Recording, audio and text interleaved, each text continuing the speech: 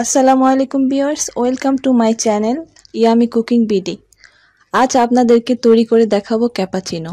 রেস্টুরেন্টের স্বাদে বাসায় বসে বানিয়ে নিতে পারবেন ক্যাপাচিনো।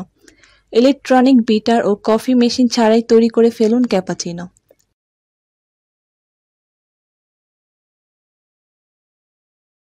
ক্যাপাচিনো বানানোর জন্য আমি নিয়েছি 4 চা চামচ কফি, 4 চা চামচ চিনি, 3 চা চামচ পানি, 4 কাপ দুধ। আমি এখানে বেশি পরিমাণে নিয়েছি, আপনারা 1 কাপ কফির জন্য নেবেন। 1 চা চামচ কফি, 1 চা চামচ চিনি, স্বাদ অনুযায়ী চিনির পরিমাণ বাড়িয়ে নিতে পারেন। 1 কাপ দুধ নেবেন।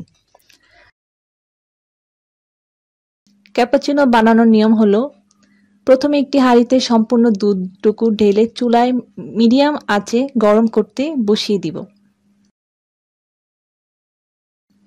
এবার যে কোনো একটি কাপে বা মগে সম্পূর্ণ কফি এবং চিনিটুকু একসাথে মিশিয়ে নেব।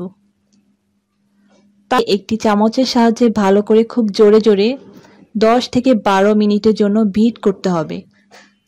বিট করতে করতে একটা সময় দেখবেন যে চিনির দানাগুলো সম্পূর্ণ গলে গেছে। তার সাথে কফির কালারটা পরিবর্তন হয়ে খুব হালকা একটি কালারে পরিণত হয়েছে। আমি 2-3 মিনিট পর আবার কফির কালারটি দেখিয়ে দিচ্ছি। কফির মিশ্রণটা যখন ফোমের মতো ফুলে আসবে তখন বুঝবেন আর বিট করার প্রয়োজন নেই। যদি বেশি মানুষের জন্য কফি বানাতে চান তাহলে যে কোনো একটি সফট ড্রিঙ্কের বোতলে মিশ্রণটুকু নিয়ে একটু ঝাঁকিয়ে বেশি করে বানাতে পারেন, তাহলেও কিন্তু ফোম অনেক ভালো হয়। এবার অন্য একটি কাপে 2 চামচ কফির মিশ্রণটি ঢেলে দেব। চুলায় বসানো দুধটুকু চুলা বন্ধ করে একটি কাঁচা চামচ অথবা হুইস্ক দিয়ে 2-3 মিনিটের জন্য নাড়তে হবে যেন দুধের মধ্যে একটি ফেনা তৈরি হয়।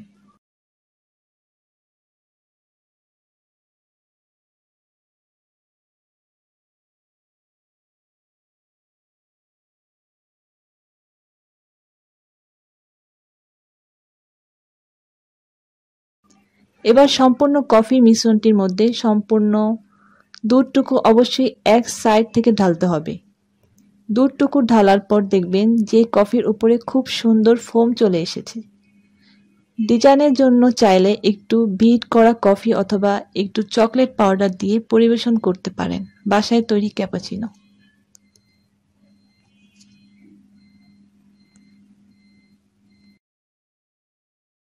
আমার রেসিপিটি ভালো লাগলে অবশ্যই সাবস্ক্রাইব করবেন, আমার পাশে থাকবেন।